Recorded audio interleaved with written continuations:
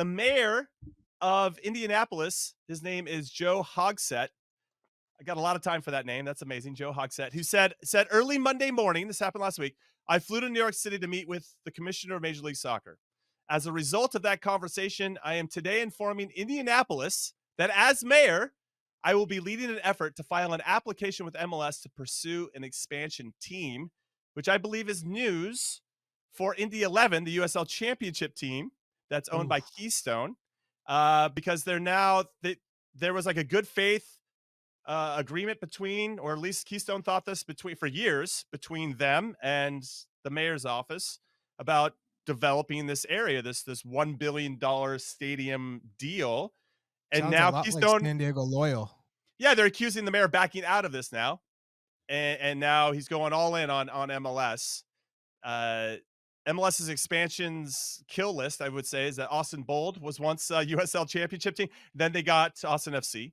St. Louis FC became St. Louis City now. San Diego Loyal, now San Diego FC. There's a lot of questions to get into here. But Chuck, I'm going to come to you. What are your thoughts on, I guess we should start here. Do you think Indianapolis would be a good MLS city? Because I've loved what Indy 11 has been doing and building that foundation and that base for supporters and really demonstrating that there are a lot of people that love the game in that city. He said, "Why not He's Wisconsin?" from Boston. He doesn't know anything about the Midwest. He said, "Why man. not Wisconsin, dude?" Yeah, I mean, you should come to the Go to resident Milwaukee. Midwester. Yeah, Right? dude. This is how we do Ford politics. in the Madison. Midwest. What if they replace Ford Madison with an MLS side? People would be Yeah. going bonkers. No, I think it's a great market. We saw Cincinnati. They were bringing loads of people to the stadium. You know, I remember there's a 30,000 game with 30,000 in attendance, and I think everyone was like, "Well, this is a real market." And next thing you know, FC Cincinnati comes into the league. So I think Indy 11, it's one of those things. Same thing with San Diego. You're thinking San Diego Loyal is trying to make a play, and then all of a sudden over the top comes a new franchise for San Diego, and Loyal is like, so are we done? Or so there's a real market, and I love that the game is expanding and growing, and obviously there's going to be a lot of money behind that bid. So if they do get it, they're going to try and maximize the area and the market and try and grow the game. It's one of those things where, it's just that's the part of the game that's really tough to handle. Is you're loyal to these smaller USL clubs that have done a great job of building the game. They have a loyal fan base.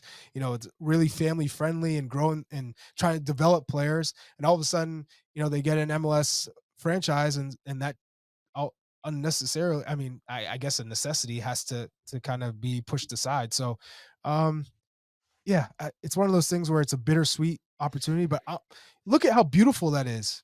And that was that was going to be the USL stadium, right? And essentially that's probably going to be what the MLS stadium is going to look like, right? Yeah. I mean, they're saying that was an area that's been underutilized in the area. They were going to revitalize it, to continue to use that word. And now it was called 11 Park. And now the Keystone are upset, and obviously going to be upset that the city's electing to go a different direction.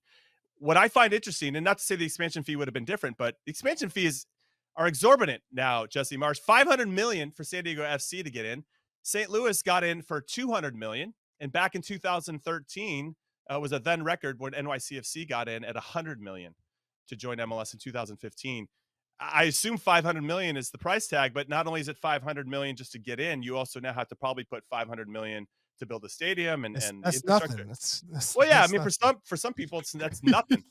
but is Indian, if you are an owner, you're like, do I want to spend $1 billion to build something in Indianapolis? Or you're just like, hey, this is just how it goes. I get to hang out with a bunch of billionaires if I buy into the league, and I got a great piece of real estate, and it's all working for me, and it's just another way to diversify my portfolio.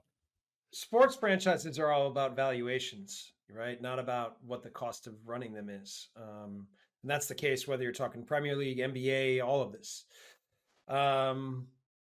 Maybe Indy could have two teams, right? And they could have a derby, bring in a derby into MLS. What about No. That's helped. That's No. helped other markets. I mean, LA in particular. This LAFC Galaxy is awesome. American politics for me. This is perfect American politics, right? Like one promising something and then something else coming that's better, and so flipping and going with the MLS. I don't know. Indy is a. I don't know. I mean, listen, I played with some guys from Indianapolis and against some guys from Indianapolis growing up. Indy kind of always struck me more of a basketball state, right? Obviously Hoosiers and whatnot. In the Midwest, the big teams and players came out of St. Louis. They came out of Detroit. Wow. They came out of Chicago. Indiana University and Todd Yeagley are going to be coming after you. In Bloomington. Yeah, seriously. Bloomington. I lost to came a out of Sweet 16 Milwaukee. in Indiana. And they came out of Milwaukee, by the way.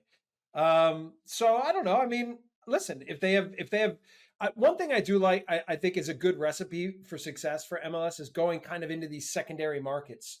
And by the way, Indianapolis might be the biggest city left that doesn't have an MLS team. No, Vegas. But aren't they talking about getting one too? What a biggest Come city. on, Vegas. Phoenix? Yeah. Phoenix would be Phoenix probably would be good. New Hampshire. Yeah, so anyways, my point is these secondary markets have proved like Milwaukee, like Portland, like Rhode St. Island? Louis, like some of these other franchises I think have done. Cincinnati, they've done really well with their fan base, and they're dying for the game in their city. So I don't see why Indianapolis couldn't do well. Okay, so then let's talk about MLS expansion overall. At what point is it going to stop? Now I've referenced this before, but when I was still playing, I was writing an article for ESPN at the time and kind of giving on the inside looking out perspective. And I put a column together about the future of MLS and what I thought would end up happening. This is 2008, 2009. And I said did you get it wrong? No, I'm not too far off. But I said that we would expand to ultimately get to 40 teams and then break off into MLS 1 and MLS 2 because they want to control every facet of, even if there's promotion relegation, they want to control that. And that's bearing fruit in different ways, which I didn't get into in terms of the youth academy and controlling the pipeline with MLS Next Pro, but it all makes sense.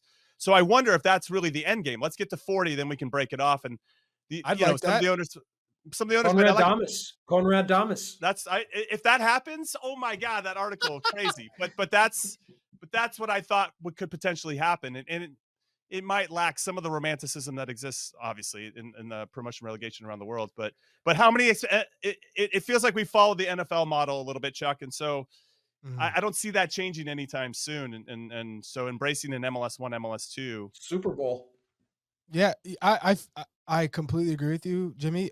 I also think that MLS could acquire the USL at some point, in terms of getting the smaller clubs and feeding into whether it's MLS 2, Next Pro, or MLS, and then building it for some of these cities who have done a terrific job, who have a crazy fan base. Maybe that expansion looks realistic. So. Either way, I think we're going in the right direction. I can't wait to see what happens after 2026. I think a lot depends on how well does the U.S. men's national team do. Does that matter? I don't know that it matters. I mean, it does, but I don't. I think it matters. To what extent? I don't think it's the end all be all, because we saw this past weekend in New England. I called the game against Inter Miami, and it was 65,000.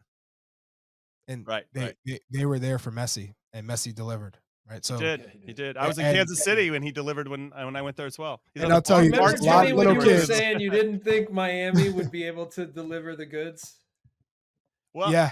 It's he early, thought Jesse. Messi wouldn't be able to deliver the goods. Marathon, not a sprint, Jesse. Listen, when Messi leaves for the summer, that'll be an issue. But he's such a difference maker, man. Oh my goodness. Yeah, it's ridiculous. Very easy. He brings it every game. I was surprised that he broke through Caleb Porter's tactics. I know that he's one of the Rafa Cardenas. I love your comments, man. Keep them coming. No, I mean, nobody's tried to trigger me yet, which is crazy. Look, because we haven't been live forever. I don't know. Like how many professional teams are there now? Are there 100 professional teams in America? There might be, right? We're I gonna mean, put it's Ivis on the job. I think It's we're teetering there, Jesse. yeah, it's amazing to see in the USL all the way, obviously, in all these different. Sometimes I'll go and I'll look on my FootMob app and I'll go to USL and there'll be like 30 games, right? So like the game has come so far, and at some point, come on, at some point there will be pressure to move to promotion relegation.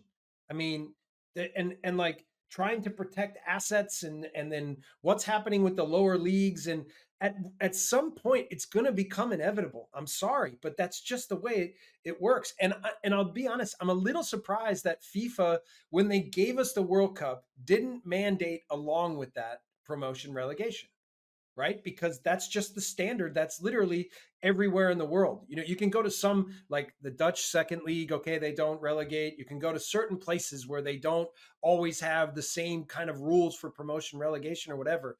But the industry standard, guys, the industry standard is to give every team the opportunity to succeed. Well, what I would jump in and say is what I think is limiting MLS's growth in a really powerful way is that those markets, let's say the USL markets, don't have a chance to get to the top, quote unquote, top division, right? They don't have that.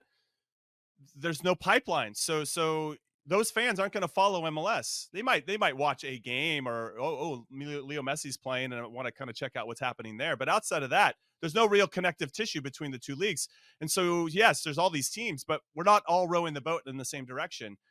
And I think if the game was going to explode here, you'd have to get everybody on the same page. And I think if MLS was going to acquire USL, Chuck, that's what would have to happen, is that all of a sudden you've created a proper pyramid that allows even a fourth division team in this country to be like, if we just had the right investment, if we just knew the right oil money people, we could have a chance of getting up there. But that possibility that it could happen, even though it feels unlikely because you're in the fourth division, that everything have to fall into place, you're at least a part of the conversation.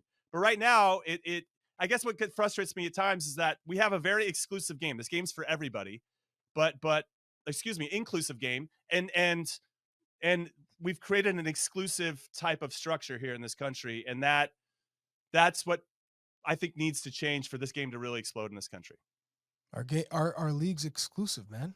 You want a special league. Not anybody can join it, you know? 94 teams. 94 teams between MLS, USL Championship, USL. You should get like a yellow card. Do we have cards? Can we give cards out, or like I have the sin bin where you put you mute him for 2 minutes if he says something like this? People would love that. We would. I think our button would break trying to mute Charlie as much as we possibly can. I was like, man, can I trigger Jimmy right now or Jesse? That's a yellow. Catch a That's a yellow catch a card. bass That's here. a yellow. Largemouth bass.